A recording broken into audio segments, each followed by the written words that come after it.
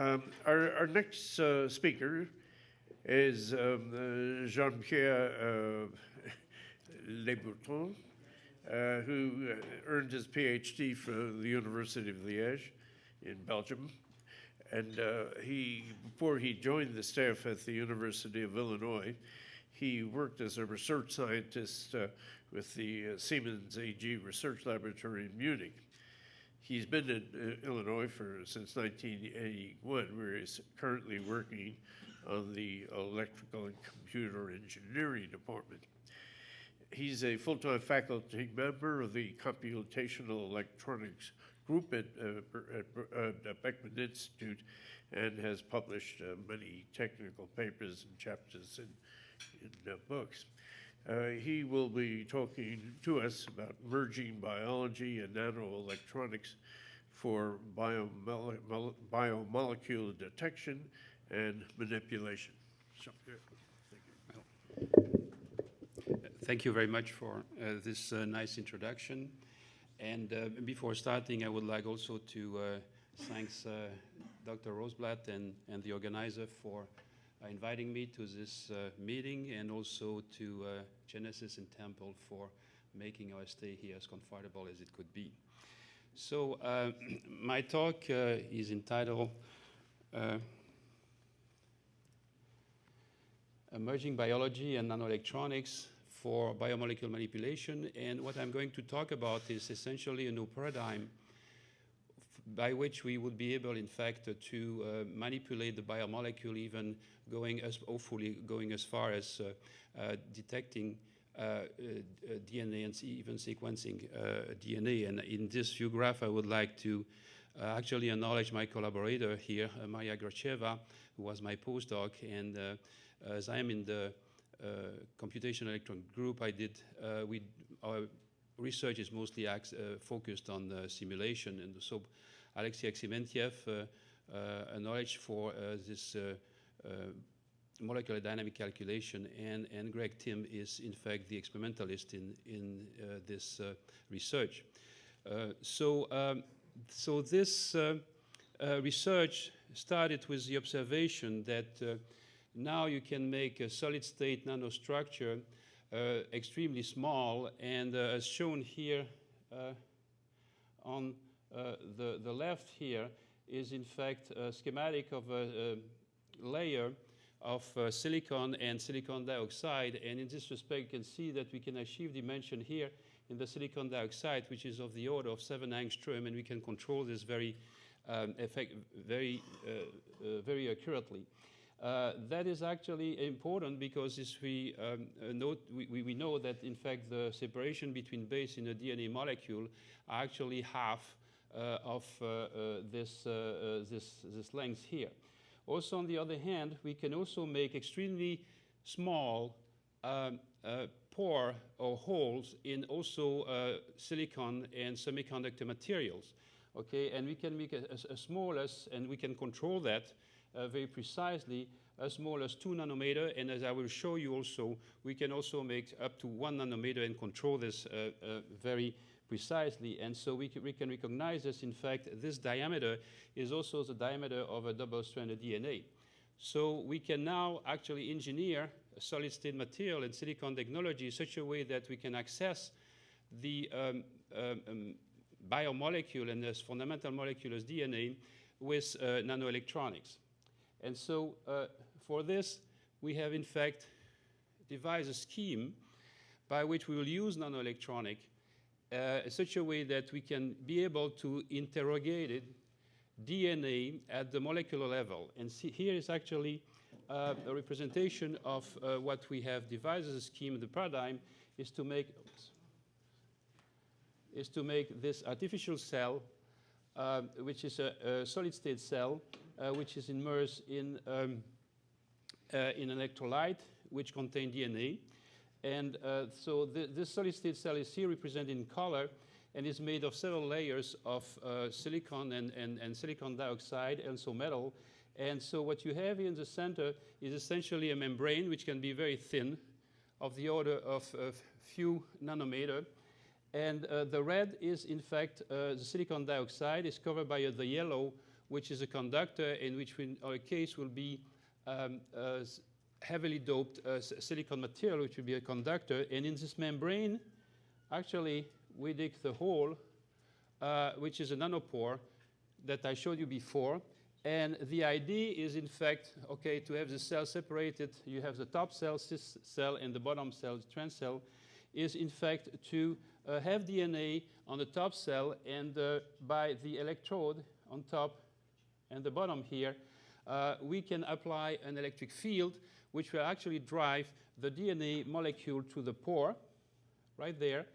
And because each of the base has a particular charge, we can, by going through this nanopore here, this two layer here form a capacitor. We can hopefully record the sequence of charge which goes through the nanopore. And so this is a tremendous challenge, because we are going to face a number of difficulty in this process, by the fact that, of course, we have to have the dimension right, and also we have also a lot of noise which will be associated with the process of the DNA. But so what I'm going to try to show you today is hopefully that it can work. We haven't actually demonstrated yet that we can, in fact, sequence DNA, but our effort is on the right track, and we have obtained substantial result. So this is actually to tell you that our team is actually multidisciplinary. We have, as I showed you in the previous, the tidal view graphs, that we have experimentalists and biophysicists and engineers working together here. But here is actually the way we are going to, the way this cell is fabricated. What you have on the top, oh sorry, on the top left here is a layer of silicon dioxide on a chip, and you can see what you get there is, we have silicon nitride top and bottom, and then we have a certain number of layers with a thickness of silicon dioxide and silicon. Silicon dioxide is actually let me see here, yeah, silicon dioxide is in orange. And so the first thing we do is actually we can remove the silicon nitride by chemical etching, and then use reactive ion etching here to, in fact, dig a big hole into the whole structure here, up to, in fact, the membrane. And then, so in the membrane here, now we use extremely highly focused, ultra-bright electron beam lithography to dig the hole, which is a nanopore in the system. And so, so we can actually see the way the pore that is over this very small membrane, the shape of the pore, we can characterize it and see that actually it's not totally cylindrical. We can do some metrology to characterize it and see that actually the pore is made actually of two inverted truncated cone, and that we can characterize this aperture here, and this is aperture at the bottleneck, which can be actually controlled now very precisely from 1 to whatever you want as diameter. And so now when the system is now immersed in this cell, we can in fact try to characterize this process. So the first thing we do is actually now look at the ionic current going to the pore, because of course the electrolyte, we have the ion going to the pore, and we have oops, I keep pushing on the wrong button. We have actually here this trace of the ionic current, which is a linear variation of the ionic current as a function of the voltage here. And so what we can see is that you know, here if there was no DNA in the cell here, and if we position ourselves to a particular value of the current, which is 120 picoamps here, the current remains more or less stable. But now if there is DNA inside the solution, we can see that the trace of the current as a function of time, right here, you know, is characterized by, you know, dips and spikes of current. And each of this dip of spike of current is actually the manifestation of a DNA molecule going through the nanopore, as we can actually reveal by the data on electrophoresis here. And so this is in fact a blow-up of one of this negative spike here in the current on a much larger scale, which show actually some structure. Now, the interpretation of the structure in this dip of current is still subject to controversy, and so it's relatively difficult right now to analyze this. But nevertheless, if there was something that we can actually infer from this, is that more or less the width of this dip here could be in fact related to either the length of the DNA or some other factors. And so you can, for example, use this measure the width here to, for example, sort DNA according to the fact that they could be either single-stranded or double-stranded DNA. So we have here a mechanism which can analyze this. And here is actually the experiment which has been done, where we use 50 mer of, I think this is, poly-DT DNA, single-stranded DNA, and actually 50 base pairs, so they have the same length. One is single-stranded, the other one is double-stranded DNA. And on the bottom here, what you have is, here you have the result of the measure, and you can see that, in fact, on average, the single-stranded DNA will take a longer time to go to the nanopore than the double-stranded DNA. So even if they have the same length here, we actually can see that we can, in fact, discriminate between the two. And the reason why the double-stranded DNA is going much faster through the nanopore is because this is more rigid. Whereas a single-stranded DNA is very flexible, so when it goes to the nanopore, it bonds back and forth to the wall of the membrane, and so it takes a longer time to do this. Now, in order to analyze the trace of the spike here, we have done some molecular dynamic simulation that shows us, in fact, on a nanopore made of silicon nitride here, simulate the process of DNA, which is, I think, 20 base pair of poly-C DNA. And so this is the result of the simulation. There's a current here in black as a function of, and you can see also the center of mass of the DNA going to the nanopore here, and you can establish some kind of collaboration between, in fact, the center of mass and mostly the blocking current to the nanopore. But all of this is still now under study because, as I mentioned, the mechanism is relatively complex. You can notice here on the molecular dynamic simulation that, in fact, the hydrophobe character of the DNA is shown here as it stick actually to the wall of the nanopore. Now, as I mentioned, the idea was, in fact, to be able to measure this. So we don't essentially have essentially a physical system, but we also have an engineering problem. By the fact that although we have molecular dynamic, we want to see, in fact, if the signal that we can record is in fact large enough and is reliable enough that we can infer actually some information of some of the molecule. So for this we have actually a device aspect, electronic device aspect here, but in the fact that we have in fact a solution with charge, we have actually ionic charge, we have DNA charge, and then we have also the semiconductor. And so, the semiconductor is, of course, different from an insulator. And the idea would actually be not only to record the signal, and so that we have this parallel plate capacitor here, but also see if we can, in fact, engineer this parallel plate capacitor in such a way that we can control the passage of DNA to the nanopore.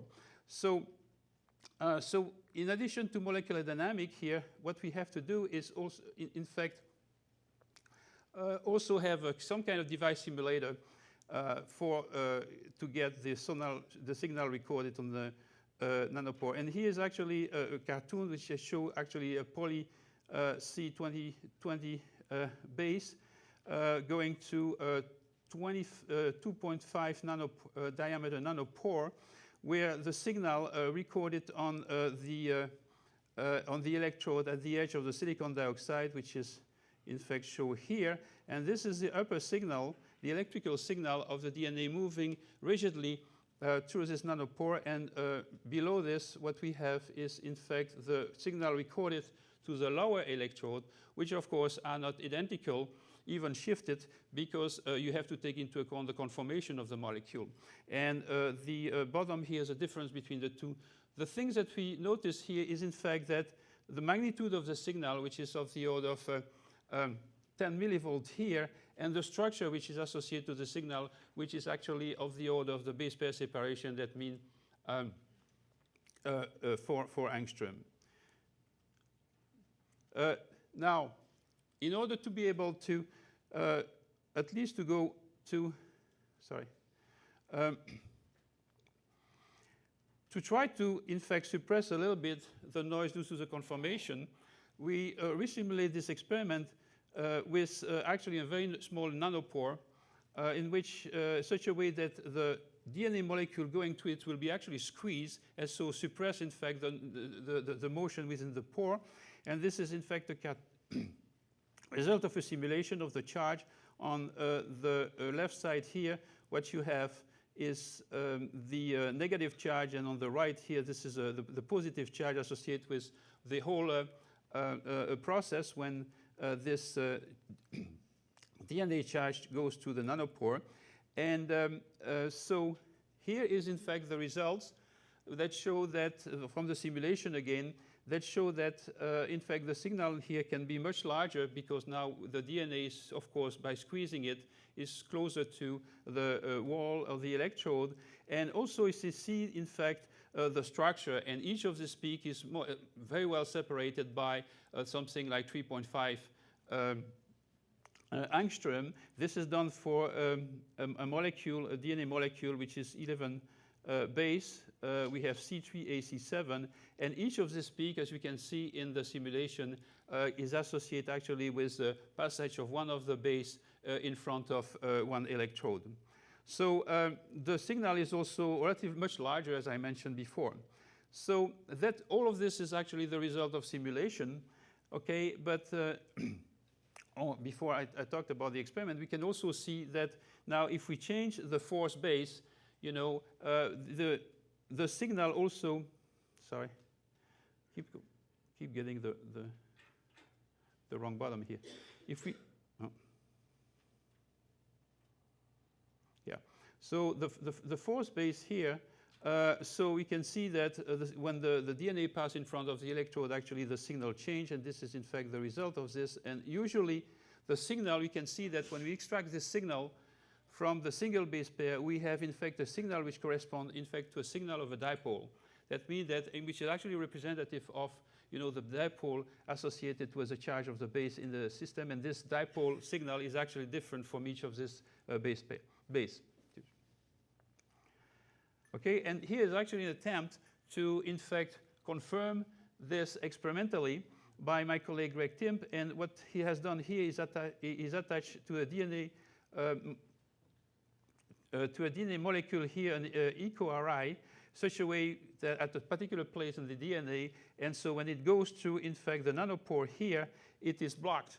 So it is actually, the DNA is pushed to the nanopore by the electric field, a DC field, but in addition to that, there was a small AC, the triangular signal here, which actually pulled down the DNA, okay, and relax it and pull down such a way that we can have a reading, you know, a statistical reading of the signal which is recorded at the electrode on the nanopore. And you can see here, they confirmed that there was actually a good correlation between each of the period of the AC signal every time that, you know, the base pair pass in front of the electrode.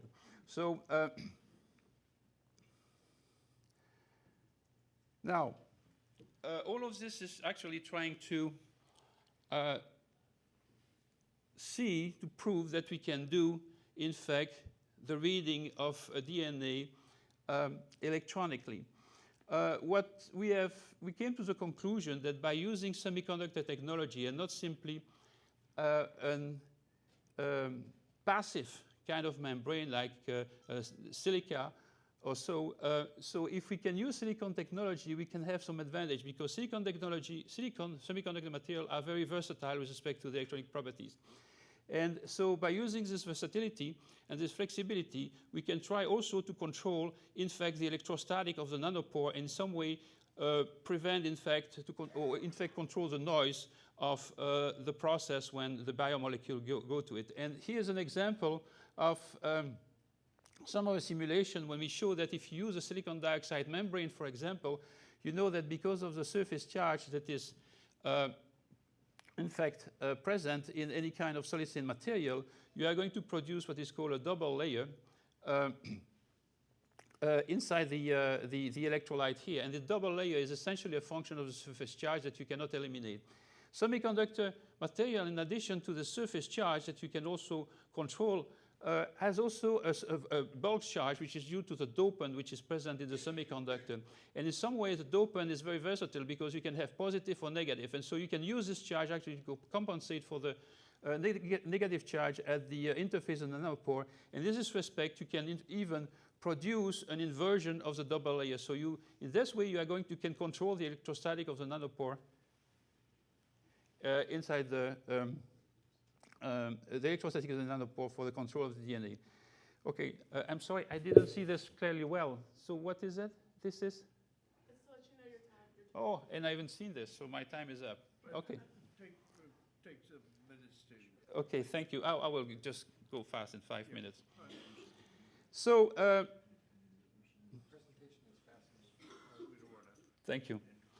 So now in addition to control the charge inside the silicon, what you can do is, of course, contact the silicon layer to a voltage source, and you can use this to tune electrically, in fact, the surface charge, which is controlling the nanopore. And this is the result of a simulation. So you can actually make the nanopore actually rich in ion or either in counter ion by, in addition to that, tuning electrically the nanopore. So this is a result of excuse me. Oh. Yeah, so the result of, in fact, this is a result of the ion current going to this as a function of the applied bias here, and we can also measure a certain selectivity, and so we have, in fact, confirmed that you can, in fact, enrich the nanopore with particular kind of ion. Now, there was also another important aspect of silicon technology, that the membrane can also be manufactured such a way that you can have a multi-layer membrane with different kind of doping. So here again, you can change the charge of this layer, and you can even contact, each of this layer with a different voltage source.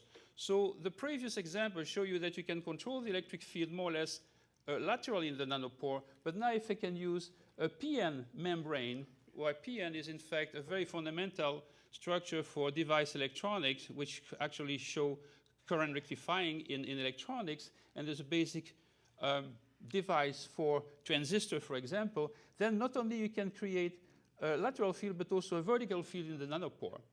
Okay, and so this nanopore will polarize, actually polarize vertically in the nanopore, and this is more or less similar to the biological membrane, which also present this polarization feature. But in addition here, what you have is the fact that you can control, again, electrically this. So you would make your membrane not only a passive device, but now an active device, because it will just be controlled electrically.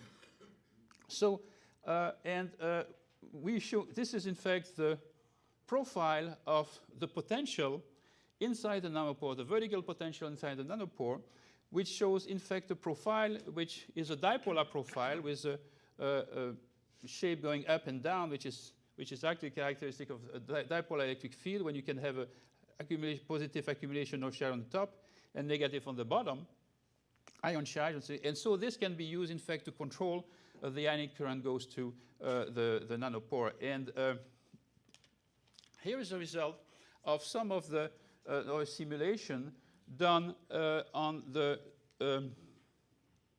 current, the ionic current going to the nanopore as a function of the applied bias to the p-n junction here, and you can see these are the this actually the current as a function of the voltage, and what you get, as a function of the applied the vertical voltage in the current, you can get a current which is actually linear, purely ohmic. But if you change the bias, the lateral bias in the p-n junction, you can actually achieve an IV characteristic which is purely rectifying. That means that for negative bias you have current flow, and then for positive bias the current is blocked. So this is very important. And although we haven't demonstrated this experimentally on a semiconductor membrane, we have done it with, in fact, here by my colleague Greg Tim, of course, a different kind of membrane, which is aluminum oxide, silicon oxide, where the two oxides actually exhibit a different charge. And so this is, as I mentioned before, a double layer. And you can see here there was actually a rectifying current where conducting for forward bias and, in fact, blocking for a reverse bias. Now, we can even get one step further in the concept of membrane engineering, to engineering the electrostatic of the nanopore in the membrane. And we went to 2-layer. Nothing prevented, actually, to go to many layer to get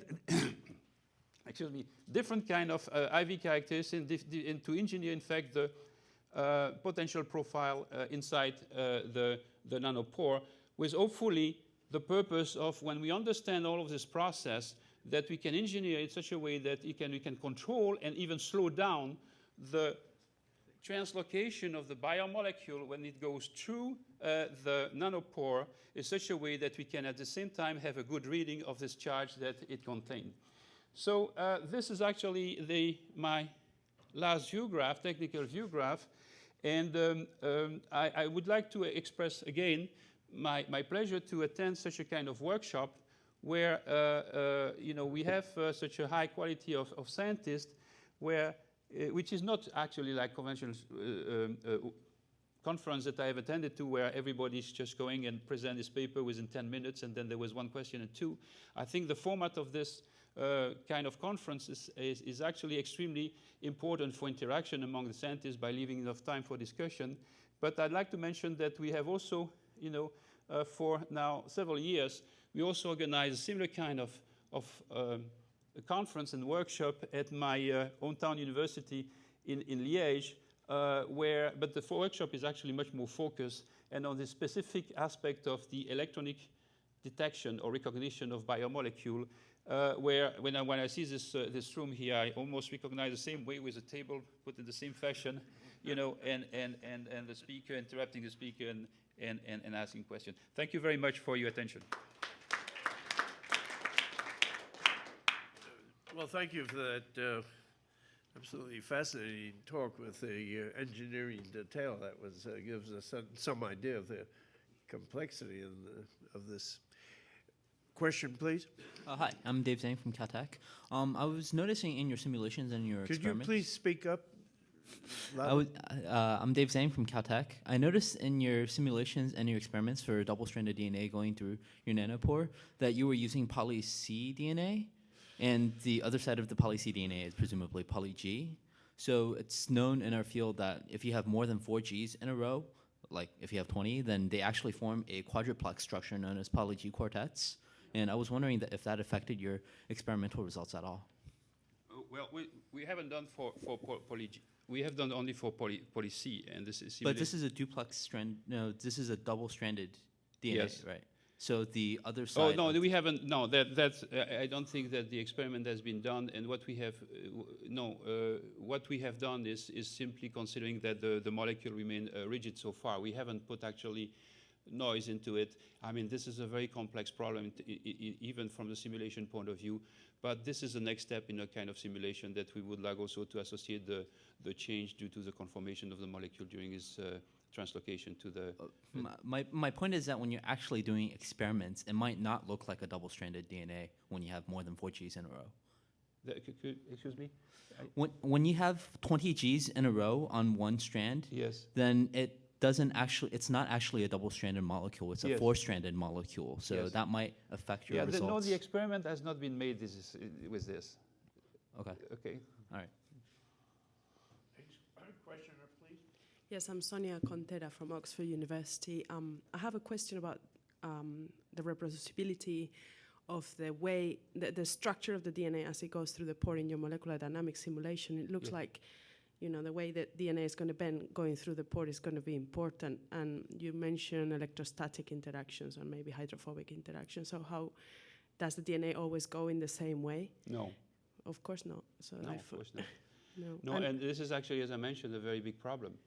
And we are very, we recognize this.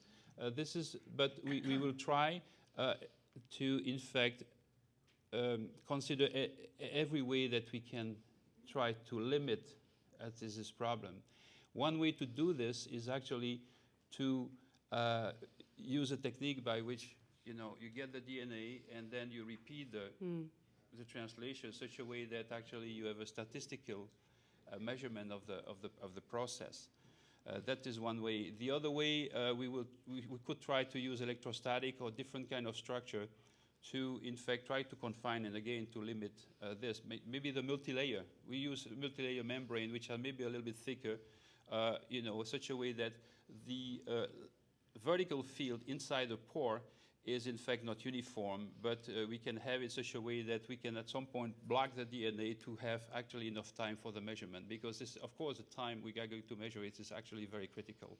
And I have another question about the topography of the pore itself, how the way it is, the pore, how reproducible the shape is, how is the roughness of the pore, I don't know.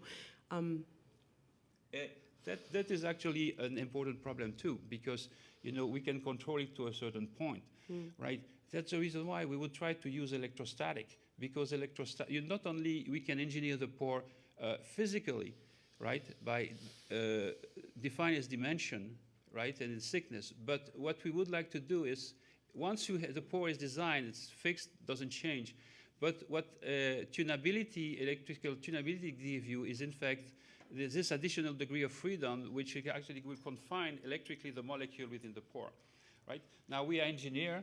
Okay, engineer can solve everything, so this is just the beginning. Good. Thank you. Any further questions?